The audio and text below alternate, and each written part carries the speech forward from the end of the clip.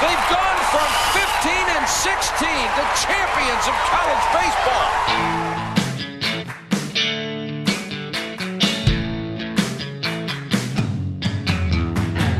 Welcome to the 1,544 Miles to Omaha podcast, talking about the past, present, and future of Cal State Fullerton baseball.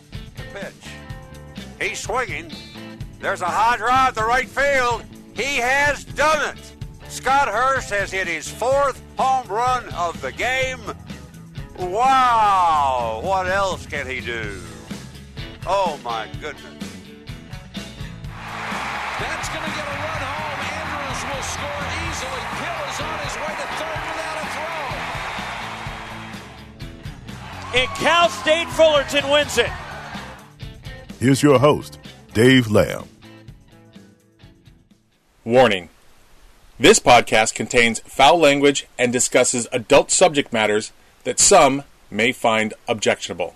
If you are easily offended, we suggest finding a different episode of this podcast to listen to, with the exception of episode number 7. That one has some pretty salty language as well. Still with us? Welcome everyone to a podcast episode unlike any other podcast you have ever heard. When the Cal State Fullerton Titans take on the Long Beach State Dirtbags on Friday, May 19th, 2023, it will mark the 260th meeting of these two storied, proud, and tradition-rich programs. However, the game played on April 16th, 1993 is probably one of the most famous, make that infamous games between these two college baseball programs.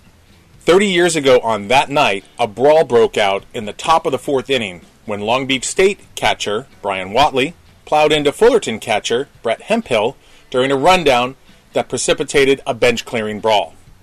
The brawl delayed the game roughly 15 minutes and resulted in 4 ejections. Later on in the podcast, we will lay out the exact details of the game and the brawl that ensued, as described by Los Angeles Times staff writer Scott Miller, that was published the following day. We gathered together a number of Titans and Dirtbags from those 1993 teams and brought them together via Twitter Spaces in a roundtable discussion, each sharing their perspective on that fateful night. Those that joined us from the Titans included Mike Parisi, the starting pitcher for that night, D.C. Olson, who was on first base, and Dante Powell, outfielder, who was playing center field at the time. And from Long Beach, those that joined us included Tim Falskin, an infielder, and Rudy Rodriguez, who also played shortstop. Catcher Brian Whatley wanted to join the conversation, but was on a flight at the time and was unable to use his phone. Again, we must inform you that this podcast does contain foul language and swearing, and also touches on adult subject matters beyond the actual fight that took place 30 years ago. If you've come this far, you might as well just listen a little bit longer and hear the players remember the 1993 Long Beach State versus Cal State Fullerton, Donnybrook. Welcome into episode 80 of the 1,544 Miles to Omaha podcast. Today is a special podcast with multiple guests. We have a number of Titans from the 1993 season, and then also a number of the Long Beach State Dirtbags from the 1993 season. The crux of the conversation will be talking about the Friday night game where probably one of the most epic baseball brawls of all time in college baseball or even in Major League Baseball, where actually punches were landed, which is probably the first time in baseball history where it wasn't just a lot of finger pointing and shoving. But let's go around the horn. We'll start with one of our normal co-host, Mike Parisi. And then, Mike, after you introduce yourself, give us a little bit of background on who you are, when you played for Cal State Fullerton, and then you get a choice to throw it to the next guy. Okay, Mike Parisi. I was fortunate enough to play at Cal State Fullerton from 1992 to 1994. And we went to a couple Omaha trips during that time. And I was a right-handed pitcher who had a lot of fun pitching at Cal State Fullerton. Next guy, let's go to Tim Falskin. So, again, Tim Falskin. I was a dirtbag from 91 to 95, part of 2 Omaha teams. Played both second and third. Played mostly third base in the 93 season, which was a blast. That was a great year for you guys. So, Tim, who do you want to throw it to next? Who should we introduce next? We'll go to DC. All right, DC Olson played at Fullerton from 92 to 95. We won a national championship in 95, but I wore the worst of that 93 brawl, by the way. And we all know who started that brawl. That's not the only time DC's trying to defend I've me. been through several with Mike Parisi, by the way.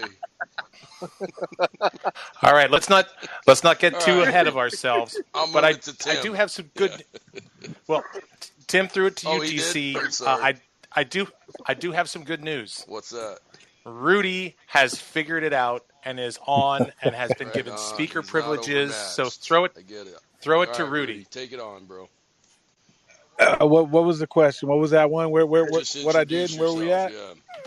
Oh, Rudy Rodriguez grew up South Sacramento. I'm a Northern California guy that got transplanted down there to SoCal. Got lucky enough to actually Timmy was my roommate, so made me feel at home and made me understand how SoCal works to a point. But I didn't take it that way. But yeah, after that, played 91 World Series, 93 World Series. Played a little ball afterwards, independent. High school coach after that, junior college coach, been running youth baseball tournaments for about the past 20 plus years. That's awesome. So with the addition of Rudy and with DC and Mike and Tim, looks like we've got guys that have gone from Omaha from 1991. DC was there in 92. Tim, 93. Parisi was 94.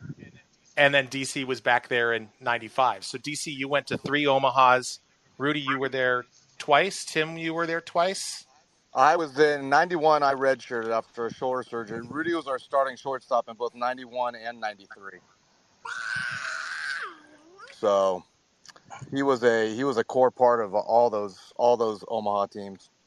So that's pretty impressive that we've got across 4 or 5 years. You've got between the 5 of you, it seems like that we've got some guys that have been to Omaha from 91 through 95. So that's pretty impressive. So thanks you guys for coming on. Yeah. Let's talk about let's go with the Dirtbags first. So Rudy and Tim, what drew you to go to Long Beach? What was it that made you guys want to be Dirtbags? Rudy, you want to go? You want me to take it first? Go ahead, brother. Coach Dave Snow. He was legendary coach.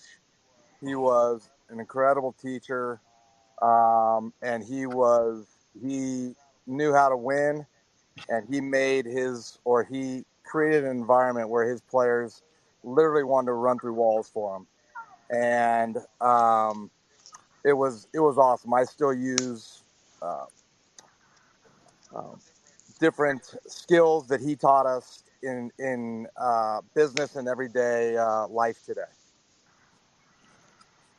So, Rudy, go after it. Yeah, I saw him 89 actually. I saw him in the regional, went to the World Series after they won in Arizona, and they had those god-awful brown and gold uniforms, and I remember me and my buddy watching, and I looked at him, I said, that's where I'm going to go to school, and I'm going to make those uniforms look pretty. And he laughed at me, and Snowman called that year after that, and there was no hesitation, and I ran. And just like Timmy said, I think he went to Long Beach. They were literally 15 and 50 the year before he got there, and the next year they were 50 and 15 and went to the World Series. So, like Timmy, it was one of those things like, man, that guy did something right, and I want to go play for a guy like that. And then once you got there, you realized, he it was about the game, but he made it more than that. So yeah, it was enjoyable to be there. It was fun. I grew up in Northern California, so going down to SoCal, that was like going to Disneyland for me every day. So it was pretty awesome. I can't complain, not one bit.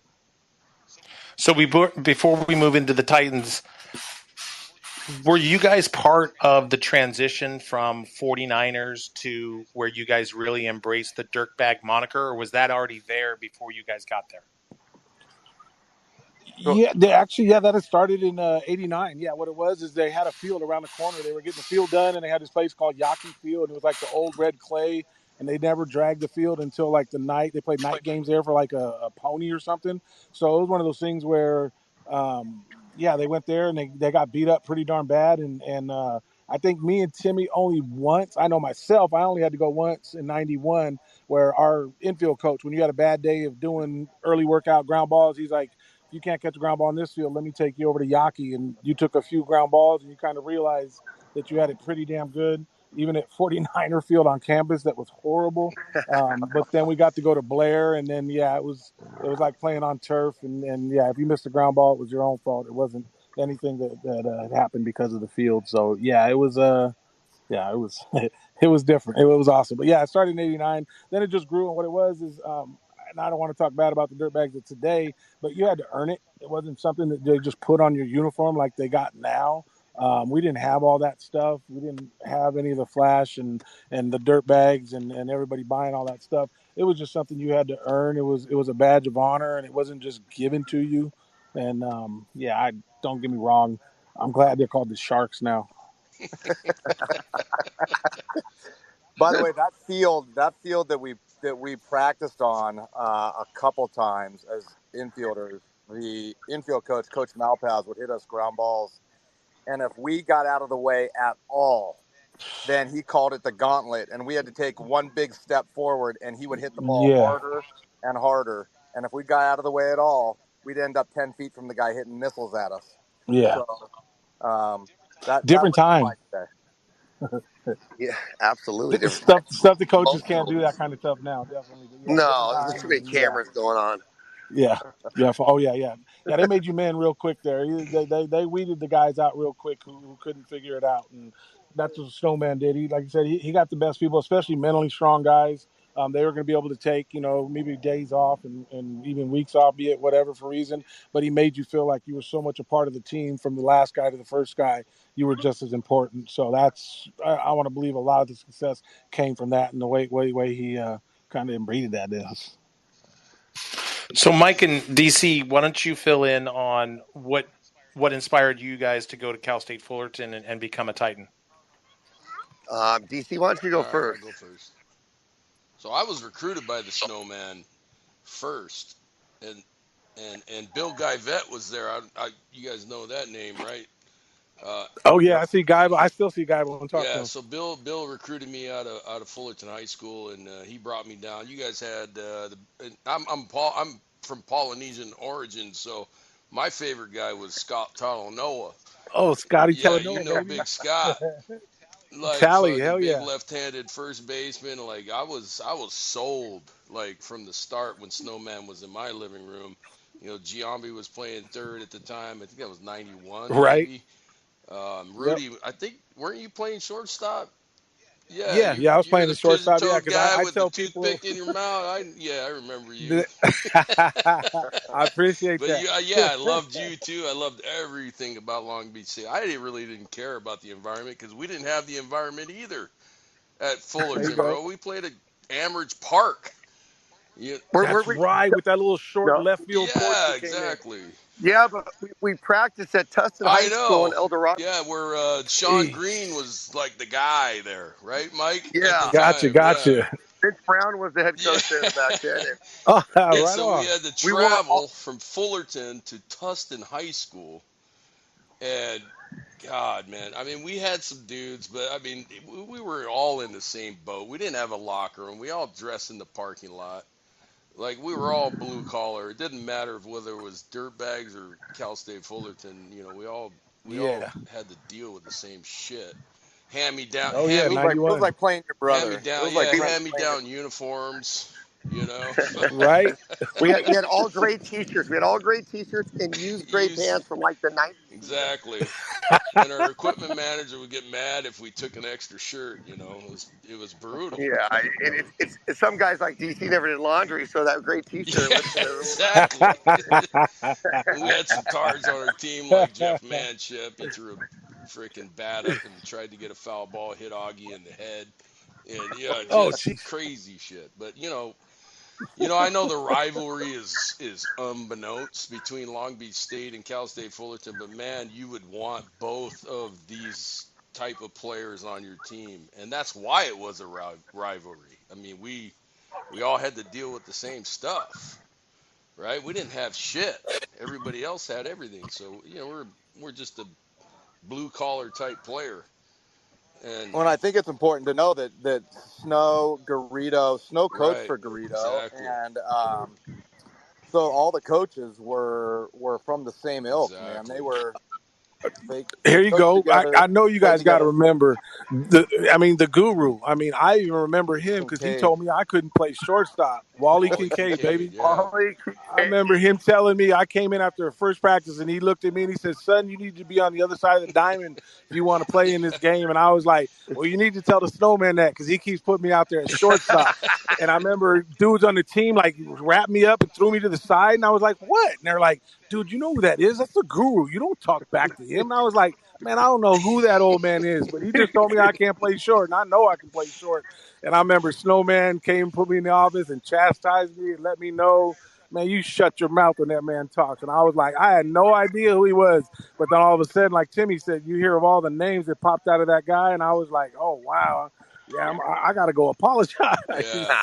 Well, Rudy, you did run in 860, so maybe you had some point to that. You know what I mean? Yeah. Timmy know the truth. Like I said, he's a roommate from day one. For sure. So, Mike, why don't you chime in on? You came in 1992, so you're a little bit. I was a DC's recruiting class, but my story is a little bit different than DC. I don't think I liked Long Beach State from the fall because I'm playing high school football, and I got caught playing Dodger Scout team. The first college to contact me was Dave Snow. He's like, "Why don't you come out here and visit the campus?" And I was so excited because I knew Jason Giambi, and I knew he was there. And I'm all fired up, and I got to walk around campus. I bought a Long Beach State hat, a T-shirt, and he calls me and he talks to me, gets me all pumped up, and I never heard from him again. So I'm like, fuck Long Beach State. Understandable. Yeah. So then I was a late bloomer. I didn't sign at Cal State Fullerton until after my senior year, and things just fell into place. I didn't even know who Augie Garrido was. I knew Bill Mosiello, who recruited me, and I knew George Horton. And it just turned out to be a gold mine my 3 years there. It was a blessing, and it worked out really, really well. So I'm definitely a proud Titan. Let's take a short break to listen to one of our sponsors that helps keep this podcast free.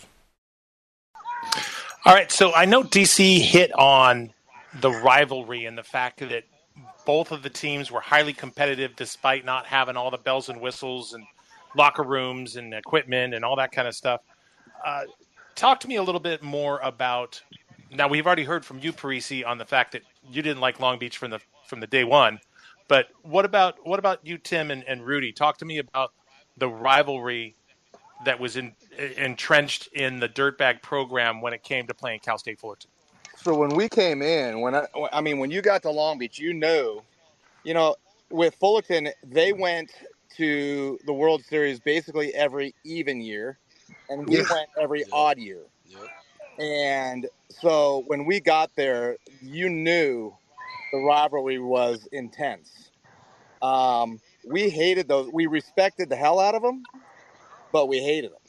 Yeah. And when that series came along, it was on. I mean, there was no love lost at all, and we wanted to beat the shit out of them. Period. And some years we came out on top, and some years Fullerton came out on top. But it was always a battle, to see who comes out on the best side. I know in 92, I want to say, DC, did we get swept at that horrible field on campus in 92? Because I know I pitched. Yeah, that was the last year there, yeah. Yeah, I gave up. I came in for Nolte, who didn't get out of the second inning. I know Todd Brady hit a 3-run bomb off me. Oh, the big pig. Yeah. Snow. You guys got to understand, the Snowman, this is another thing Timmy didn't tell you. The Snowman, if he liked you, he called you by your name, which I got called Rudy the whole time. But if you were a favorite, you got a nickname. And there was God knows how many guys. Like Pridey was the big pig. Gabe Gonzalez was called Blade. Hey, and the reason why, and everybody thinks they called him the Blade because he cut people up, but the Snowman will tell you the reason why he called him Blade because he said he was no thicker than a blade of grass. That's why he called him that. That guy made it to the big leagues. He got to pitch a little bit. He was with me with the Marlins. I love that. Yeah. Oh, dude, he was awesome, man. 130. He was. Hey, how about this? Timmy will tell you this. We had a walk-on tryout. He came on from Long Beach Wilson. He went and he was in right field and he tried out for the team. And they made all these cuts and he was horrible. And all of a sudden he shows up and he's in uniform like on Monday. Me and Timmy are looking like, what the hell? How'd that guy get out here? And no lie, Snowman made him can throw BP his first year to us, where he never sniffed the field. He was a BP thrower against us left-handers. Wow. The next year, he saw like 2/3 of an inning or something and got missiled and had like a 500 ERA in those 2/3 of an inning. Then the next 2 years, he went out and led the nation and saved both years and got drafted in the whatever's round. And like Timmy and whoever played in the Marlins, he made it. But that was perseverance to where if you would have told me that when I saw him, I would have bet my everything like, nah, Blade ain't doing all that. And, man, damn if he didn't, bro. You used to hate facing him in the squad. He was lights out not only in college, he was lights out in the minor leagues. No one wanted to face that guy. Yeah. He got people out, bro. He made you look stupid. It's like you knew what was coming and you still roll over to first or, you know, man, he didn't strike people out, but, yeah, he got was so people out. cocky. He had 145 pounds. It was great. Yep. Oh, bro, with that way, with the Mexican mullet and the mustache, the Burt Reynolds mustache. Come on, man, that was it. That's my man Blade. He didn't give a fuck. He didn't care. He would Yeah, change he went arm at you. angles. He did. Remember, he would drop down and Yep. just. And that's what I. So that's why I thought you guys call him the Blade. DC can help me out. I know in '92, I think we got swept. We were winning the Big West Conference, and we ended up coming in second, even though we went to the national championship game that year. You guys won conference. In '93, we got swept again, and you guys decided to be sneaky, like it was really. You saved Daniel Choi to Saturday. Yeah.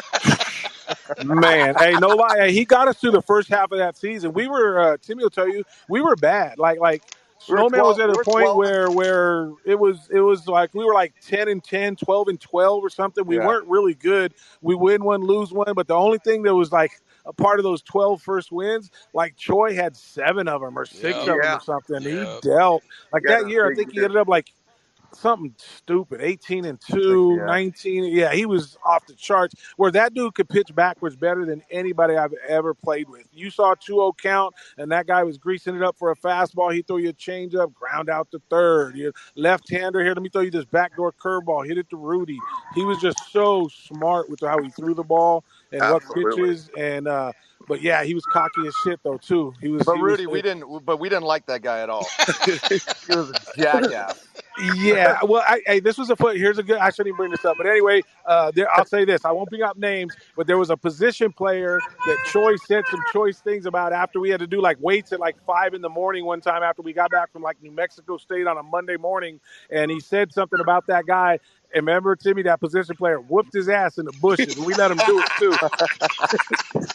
we sat there. Whooped his ass too. Yeah, me, Colby, and Whatley were the captains, and everybody was going to go stop it. We were like, no, wait. Let him take a few. Snowman was mad, made us do like lunges for an hour to where he's like, anybody that stops, you're off the team, that type of stuff. And yeah, it kind of brought us together, and we kind of realized like, hey, man, we're going to do this. Like, it got to be now. If not, I remember going into the office and being like, hey, you put me at third base, and I played shortstop since I was like 5 years old. Could you put me back at short if we're going to keep losing? So I can at least play the position that I grew up playing. And I never played third. And I said I was platooning with Eric Martins and pulled a hammy, and so Eric was playing second, and our third baseman was struggling. I went to Coach Snow and I said, dude, give me a shot at third. One day my name was on the lineup card, and that was kind of the history of moving to third base. Your 93 team sounds almost identical to the 2004 Titans when they had Turner and Suzuki, because I went to watch them play in Texas. They got swept, and they were below 500, and that team ended up winning it all. It was unbelievable. Yep. Before we get into the actual Donnybrook of '93, by the way, this is awesome. I'm just feeling like I'm a fly on the wall, so I can't imagine what it's like for some of the listeners. But talking about your time there at Long Beach or your time there at Fullerton, let's start with Mike, then go to Tim, then go to DC, and then go to Rudy. Who was a guy on the other team, Long Beach or Fullerton, that, for example, Parisi, you had a great record at Cal State Fullerton, but it was dog crap against the Dirtbags. Who was the? Hey, I tell you true. what, I think that's true. I think I was about 8-1 against Pac-12 schools, and I was like 2-0 against ACC and 2-0 against this. I was 26-8. I was 0-3 against Long Beach State. Right. So brutal.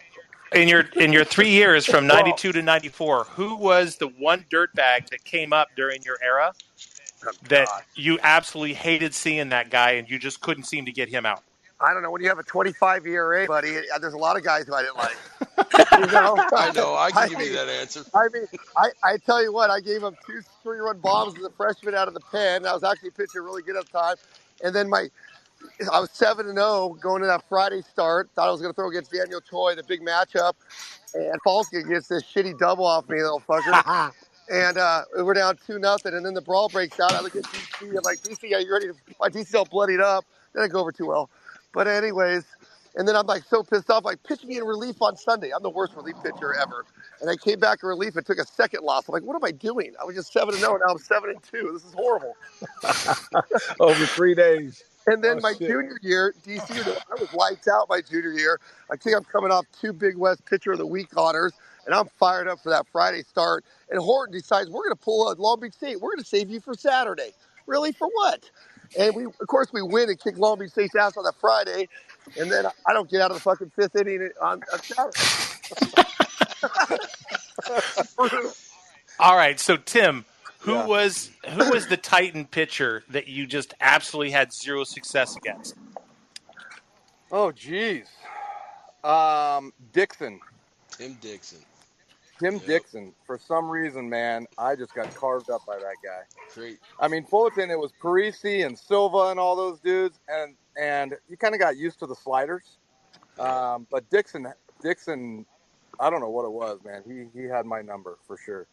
And jumping back real quick, so I didn't mention names, I would say Jeff Leifert. Those left-handed hitters. Yeah, Leif raked, bro. Good. He raked. He almost took my head off. I watched a ball at Blair Field he hit against us. I was like, that guy's not human. He just squared shit up. And I call him the Sarge. Like, he just was a tall dude, dynamic. And then when he hit the ball jumped off his bat like nothing. Yeah. So DC, who was the pitcher for you that just had your number? Which one? Holy shit. DC had 4 years of Long Beach State pitcher. Yeah. 4 years of them. So shit, Dave the Blade carved me up like you wouldn't believe. You know why? Because he would change arm angles. And then he would turn that fucking change up. You know, the worst pitch of all time for a hitter is what pitch from a lefty if you're a right-hander hitter? It's the freaking change up. Hey, my alma mater is Arcadia. Long Beach State had 2 Arcadia guys. You remember Eric Grubin and John Graves? Oh, yeah. How about those guys? Oh, yeah. I got lucky in 91. I had, Dennis Gray, Krogan, Traxel, Todd Taylor, dude, all those Cerritos dudes. Snow loved those guys. We had 5 of those guys. That's the thing about Cerritos. I mean, they gave players to Long Beach State and Cal State Fullerton. So now you know. Made them great. Yeah, they made them great. And you know why that we were rivals is because Cerritos fed both teams based on and then you played against each other. Augie, Snowman, all of them. So, gentlemen, I got some good news. It looks like Mr. Dante Powell has decided to fly in. So I've made an invite to Mr. Dante Powell to join us. Hopefully he accepts the invite to become a speaker. But while we're waiting for him to do that, Rudy, who was the Titan that gave you fits at the plate? Mine was probably Silva. It was him. He for whatever reason, like Timmy said, he threw that slider, but for whatever reason, I never figured it out. I got it off the fist, God knows how many times, and grounded out the first or second. Rickaball, I figured him out for a minute. I think my only bomb was against your guys' lefty. That's the only guy That's my only college bomb. So I remember that Roll it, one thing at roll it, Fullerton. baby. I don't know. It started with the R. Yeah, roll it.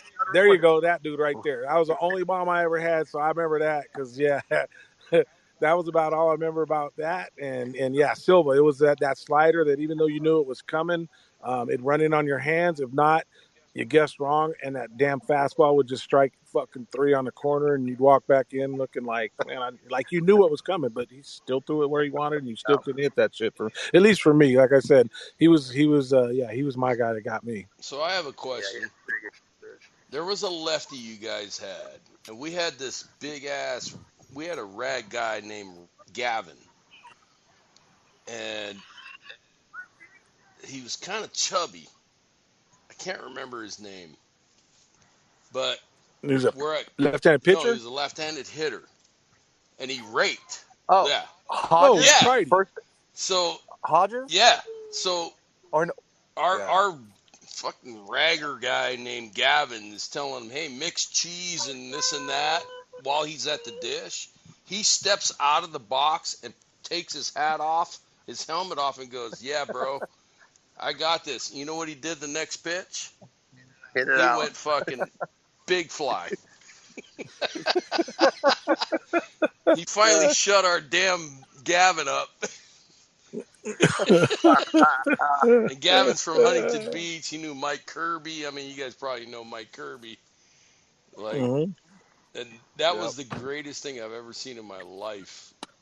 the ragging was pretty fun, boy. I mean, I remember playing third base in that series in '93, and getting destroyed by the fans at third base.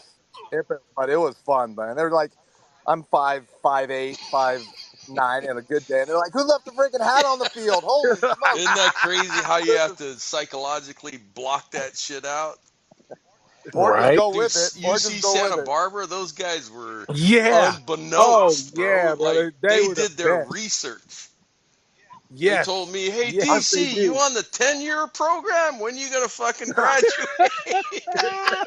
I'll tell you a funny story about Santa Barbara. We were there. They were having a frat in the outfield, huh? The frat Yeah. night. The frat night. That's bad. And I am on the on deck circle, and they are just destroying me. And over my helmet came a freaking carrot. A guy had it hanging on a fishing pole, and he hung it over my helmet in front of my face. And I turned around and I said, "That's the greatest thing I've ever seen." I'm serious, dude. They were the best. We're going to pause the conversation for just a moment to hear from one of our sponsors that helps keep this podcast free. Brent Cooks in '91 was playing left field, and we both went for a ball like down in the left field corner, drop, whatever, foul. And they had all those dudes sitting on those garbage cans and on the left field fence. And they put the 2x4s in between them, and there'd be 100 of them. Like Timmy said, all frat dudes. And I remember I bent over for the ball, and I started running back. And you guys remember my run wasn't the most pleasant to watch.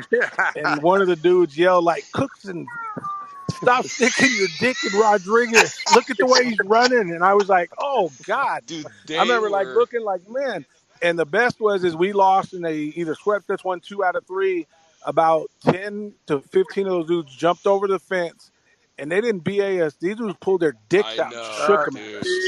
I shit you not. I still remember that to this day, looking like that really just happened right there. Like, look at it. And no one stopped it. No one said nothing. They jumped the fence and dispersed. And Snow was like, the umpire's like, "Hey, look at this." And then he's like, "What do you want me to do? Like it's a game over Sunday. Go home." But yeah, Santa Barbara had nothing against your guys. Fullerton was good. Our guys weren't as good. Santa Barbara's the best. They weren't as good. Those guys were brutal. I had to tip my cap, yeah, man, fuck, I'm on the 10-year program. Yeah, like you said, they did their research. They did their research. And where you had to laugh sometimes at some of the stuff they said to your own guys. Like, they talked about Kobe Cradle and said some things about him that you can't say nowadays at all. I hope this no shit way gets you can say that because stuff. they said something about Augie, and Augie went through the roof, bro. DC, the Tony Martinez story. The Tony Martinez story. No. It was when they were in the outfield. They said, "Hey, Augie, you still fucking Rick Monday's wife?" Oh, I thought it was the soggy burrito. Yeah. And I looked at Augie. His face went completely red. Oh, jeez. And I'm going, you're the head coach of this program. So I'm looking at guys and I'm going, hey, man, we need to stick to what we're doing. Skip is fucked up. Yeah. Tony Martinez says he's up there, and you guys have those 3 pieces of tape for indicators in 95.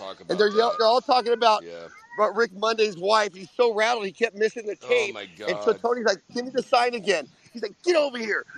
Don't you know what I'm touching? You're not touching anything. It's just fucking fun. Yeah, no. I mean, in Santa Barbara, when that dude said that, he did his research. Yep. And I looked over at Augie. His face went completely red. And he's like, fuck you fuck. And then he took it out on us. We're like, hey, man, that guy did his research, bro. We're not, why are you taking it out on us? Right. Yeah.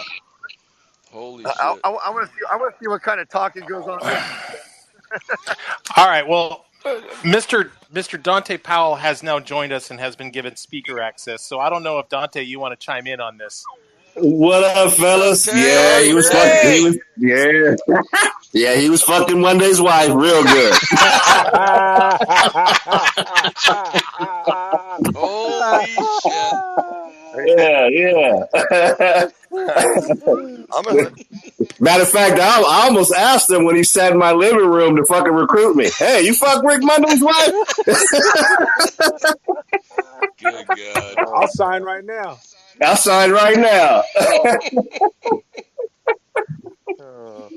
No, bad stuff. How you guys doing? Good, man.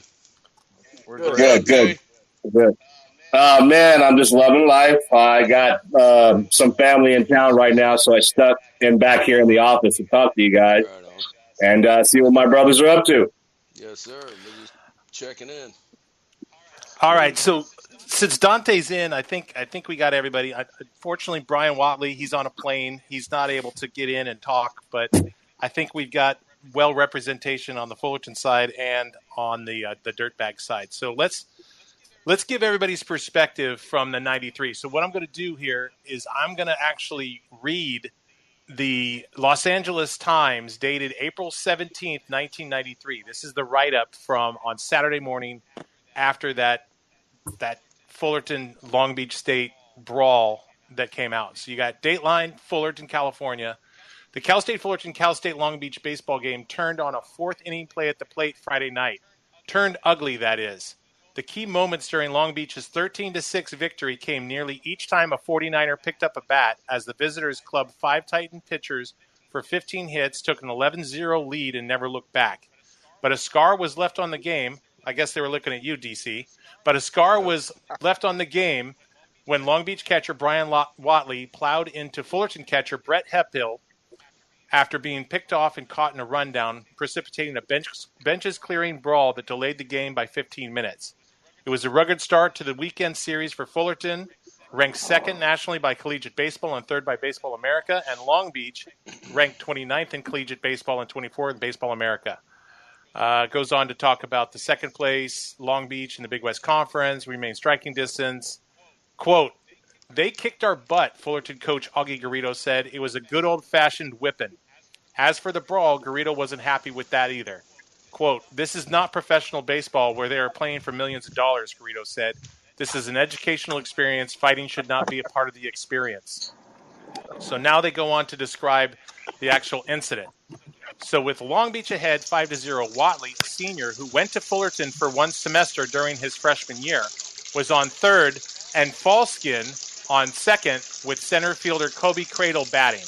Hemphill threw to Fullerton 3rd baseman Jeff Ferguson, attempting to pick off Whatley. Ferguson chased Whatley 3/4 of the way down the line, flipped to Hemphill, and Whatley, an easy out, bowled over Hemphill. Fullerton pitcher Mike Priestley immediately shoved Whatley. Yeah, I think we probably needed to... who's frying some chicken? Who's frying chicken? Baseball. I was about to say, this is the baseball dudes right here. So Fullerton pitcher Mike Parisi immediately shoved Whatley. Hemphill got up and shoved Whatley, and then the dugouts cleared. Fullerton's Craig Skybird, who was on the bench and was only played in 7 games this season, was ejected, along with Long Beach's Whatley, Falskin, and reserve Brian Smith. NCAA rules, blah, blah, blah. As for the game, it was the roughest one for this Parisi. Here we go, Parisi. Here's your line. As for the game, it was the roughest one of the season for Parisi, who's now 7-1, who was battered for 8 runs, all earned, and 7 hits in 3 2/3 innings. He was chased after facing 10 batters in the 4th, and the last 7 reached base. So, quote from Garrido, they got to Parisi better than anybody has all year, Garrido said. Today belonged to them. So then it goes on and talks about Mike Fontana, David Goldstein, both juniors from Rancho Santiago College, pitched for Long Beach. Fontana 6-3, gave up 8 hits and 6 runs, 7 1/3 for the victory. Goldstein didn't allow a hit in the final 1 2/3. So, hearing all of that, I don't know who wants to start. Unfortunately, Whatley was the one that trucked Hemphill. But maybe, Mike, you want to start with your perspective of how that happened. I remember I was so frustrated, and I'm pretty good at not losing my poise. I lost my poise. And I just remember seeing him on the ground, plowed over Hemphill, and that was my normal reaction. And I remember Kobe Cradle in the middle of that, and it just went craziness. And as tough as I am, which I'm not, I remember Dante flying in, everybody in the middle, and I'm just sort of watching the whole thing. Yeah, no, that's not how it happened.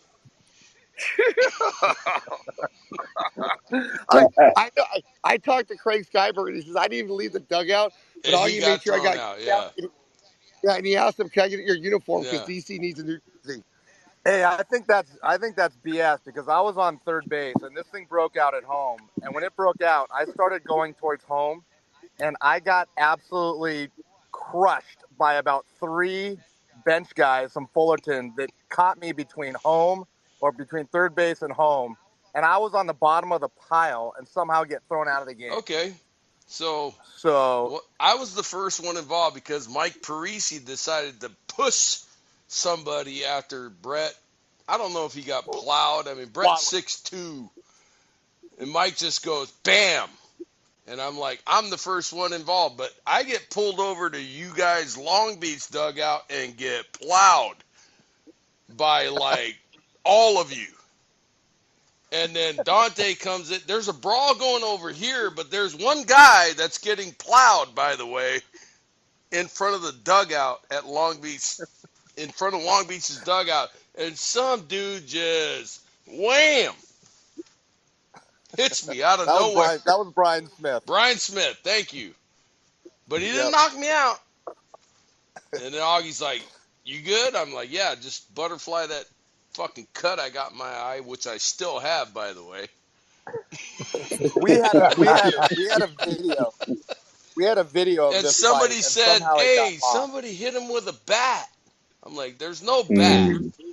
Somebody hit me with a fist, but I was alone, and there was a brawl going on at home plate. But old homeboy was over there at the dugout getting just rat packed. And I'm going, where's my teammates? You had this big, tall pitcher. I don't remember who he was. I think he's the one that just gave me that one at the eye, but I still got the scar. He was our big first baseman. Yeah, it was him. And he goes, yeah. We were high fiving each other. He goes, hey, dude, I'm the one that fucking hit you. And I'm like, oh, you motherfucker. That fight went on for a while. Yeah. The video that we had, you could clearly see Dante flying over the pile. He went. Phew. It was hilarious. Hey, you guys want to know something? It was a fight. I think it was Candy Maldonado. You guys remember that big brawl the Dodgers had? Yeah. I think it was the Dodgers. And Candy Maldonado, he went over top, and I think he might have clocked Ozzie Smith. And I saw that game, right? And to me, I was like, man, I want to do that shit one day. And you did. So when that shit was going down and Mike was fighting, everybody's on the line, I saw this big old pile. I'm coming from center field. I said, man, I'm about to put my Superman cape on. And I jumped in that ball. Yeah, you did. Fucking shins and elbows. That was good stuff. All right, so Dante, I gotta give my perspective from a fan standpoint, I'm in the stands during this whole thing going on, and we see Dante sprinting in from center field, and I'm not exaggerating. I could have sworn he either launched himself from second base or at least at the cutout right there at the top. Yep. Oh my gosh! And it was he skied, and he had one arm extended, and it was just, and it came down and just connected. And I looked at my buddy, and I was like, Did I just see Dante launch himself from second base and connect? Yeah, man, I told you. I said I threw that Superman cape on and came through. But, you know, with Cal State Fullerton and Long Beach State, man, we've always had that good rival. You know what I'm saying? And it was fun. I mean, even through the fight, through the brawls, through the competition, you know, it was always good to play Long Beach. Let's take a short break to listen to one of our sponsors that helps keep this podcast free. Yeah, Dante, you're a Long Beach Milliken guy, so that's kind of one of those, you know, back in your own backyard. Yeah, no, absolutely. It was kind of funny because it was in between me going to either Miami or Fullerton. And once again, Augie Garrido came and sat down in our living room and gave a speech to Joel Thornton. And, you know, the deal was done. I don't know if you have ever heard of Augie sits down in your living room, you're going to sign with Cal State Fullerton. And that was a true fact at the time. So, you know, played for Fullerton. Me living and growing up in Long Beach, you know, Fullerton was just 30 minutes far enough for me to get out the city. You know what I'm talking about? Yep. And, you know, it was a good move. I love playing I like playing at Fullerton. You know, I was drafted that year. I actually could have went and signed, but, you know, education and playing for Cal State Fullerton was important for me. So, Rudy, what was I don't know if you've chimed in because it was kind of hard to figure out who was what, but what was your perspective of this whole thing going down? Oh, the whole brawl. Yeah, you know what? It was one of those things. It was like Dante was saying, it's a good competition and rivalry between each other, and it stayed between the chalk lines, which was good because when we got done with games and if and when we ran into each other off the field, there was no hard feelings. It was a respect thing where you just played hard against another competitor, and between the chalk lines, yeah, you're going to go cleats up, but off the field, I'll buy you a beer and shake your hand because you played just as hard as I do. And that was the kind of competition it was going into that. But when the brawl happened, I ain't gonna lie, I was smart. I think we all got into a little pile at home plate after it all started happening. The umpires were trying to figure things out, and that's when we all started yelling and things started to go. And, man, it's like a really small world in many ways.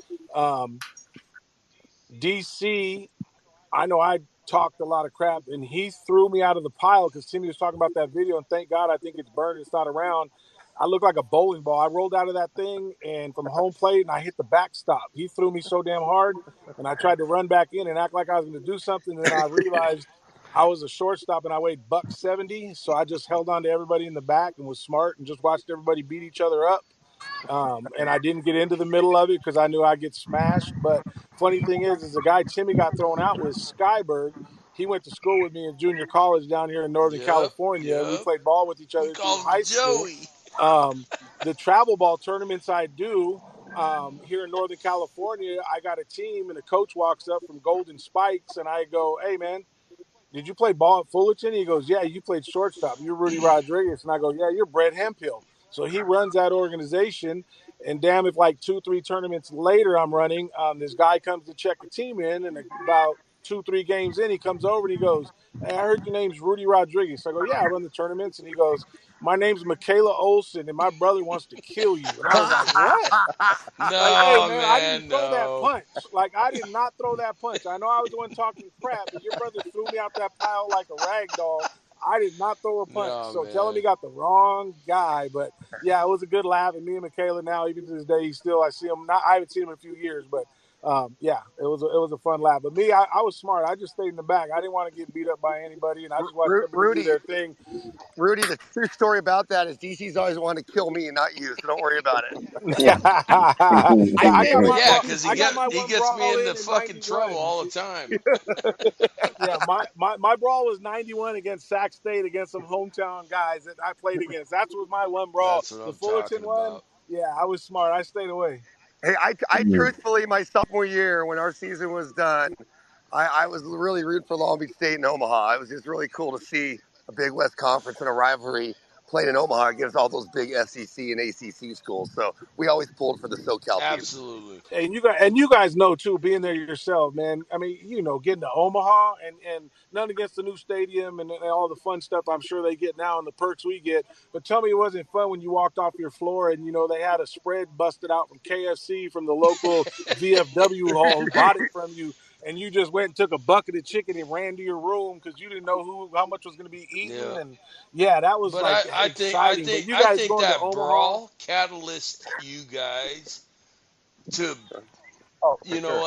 to get to the World Series and dominate.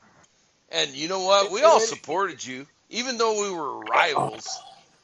You know what I mean? Yeah, you guys don't even understand. Timmy knows we were one out. Like really, we all come from the same breed. We're in the championship game. You guys got there. You guys did it. So you guys lose to in '93. LSU got left on the field.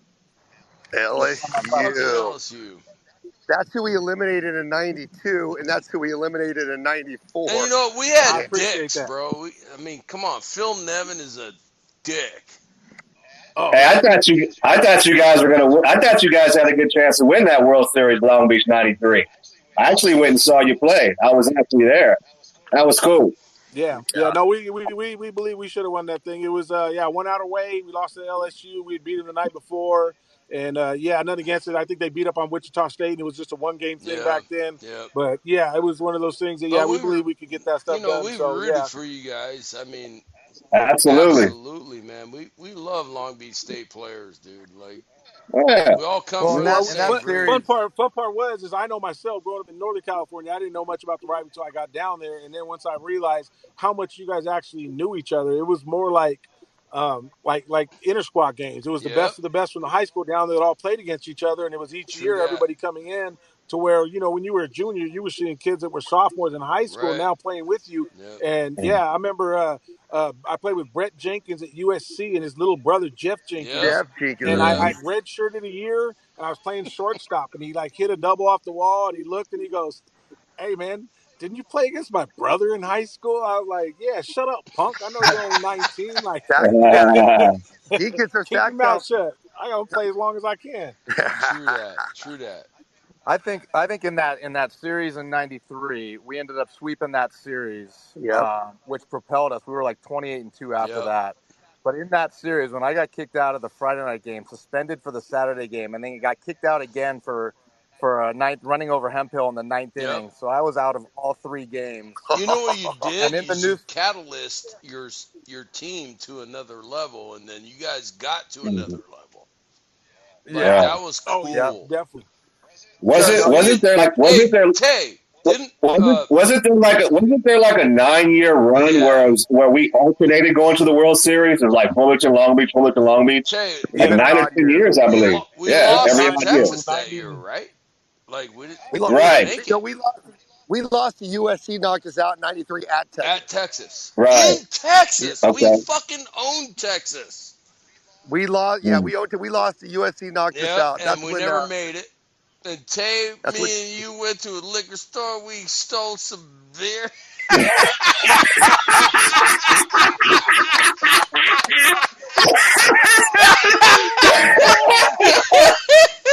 Didn't DC all on the way out?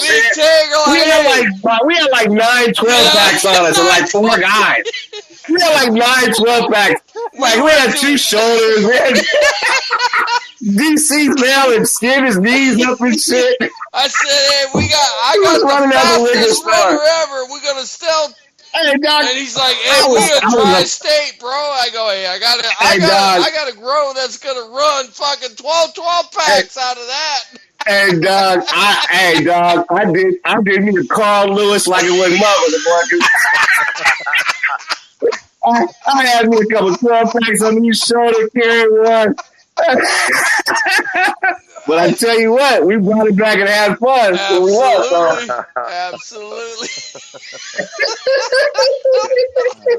We gotta edit this podcast, man. We get back to the hotel and everybody's like, "Where'd you get all those beers?" Get all those beers. We got Tay, bro. Where'd you get all those beers? Everybody was pissed. We're not going to be able to drink tonight. Fuck that. Fuck that. No, yeah. Tay ran We're not going to be able to drink. Tay Fuck ran that. about Watch this shit. three 12-packs. It's like nothing. All right, so DC and Dante, I think it's been 30 years.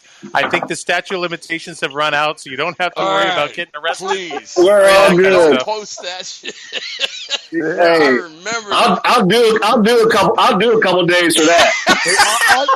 Augie's looking down on us right now, shaking his head. That's right. You come get me on that. Statute of limitations, baby. Well, I don't think the guys today. You remember they poisoned my ass in Texas too, boy. Oh yeah, they did. Oh yeah, they. All right, they straight poisoned my ass. We getting too all right. deep. So You know gentlemen, what I'm saying? so gentlemen, before this gets completely and totally out of hand, if it hasn't already, we want to try to keep this about under an hour. We're just almost at that area. Right.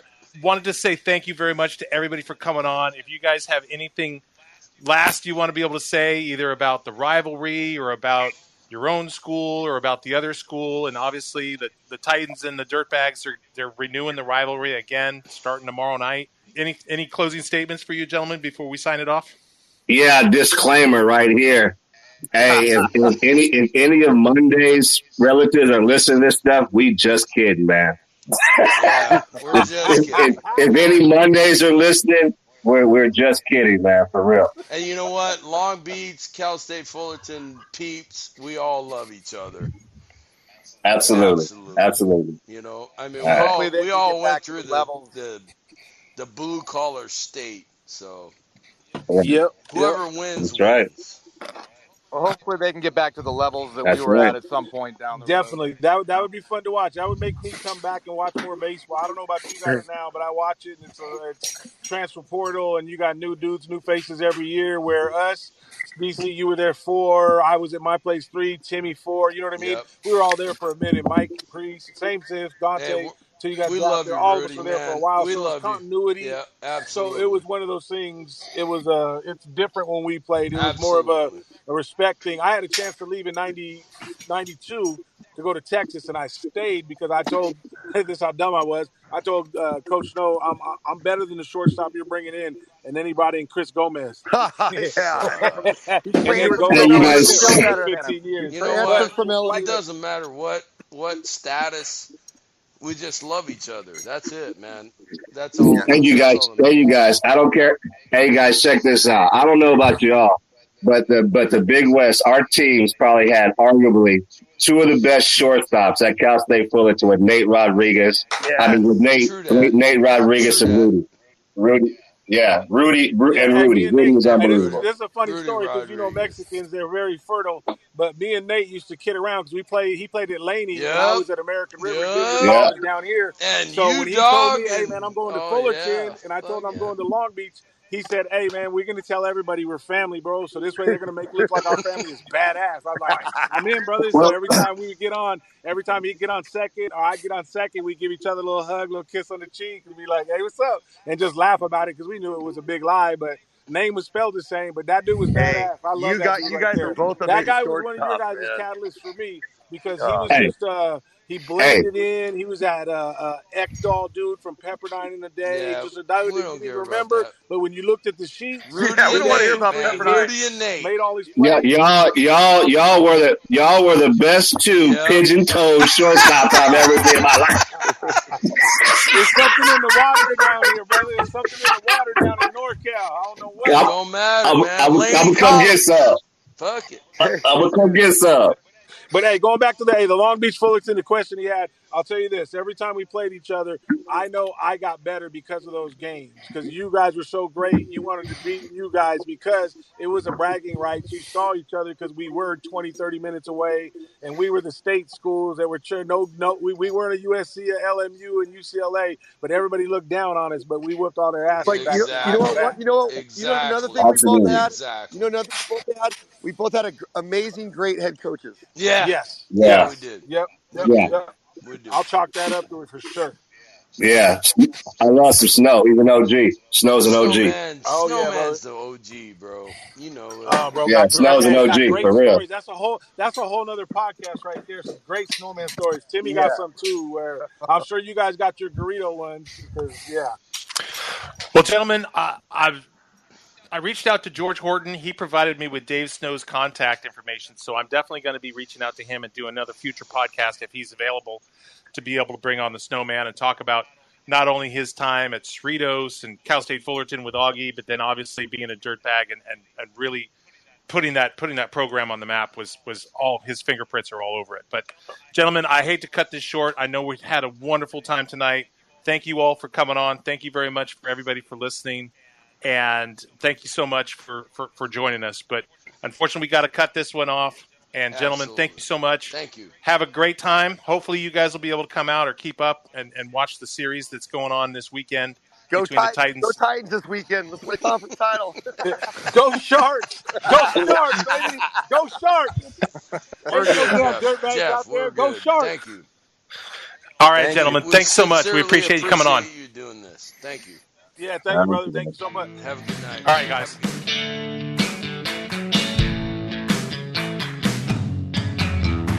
Thanks for listening to the 1544 Miles to Omaha podcast.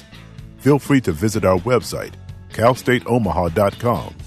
While there, you can order an official Cal State Omaha t-shirt from the merch store. Follow the 1544 Miles to Omaha podcast on Twitter and Instagram at Cal State Omaha. Please like us on Facebook at facebook.com/Cal State Omaha.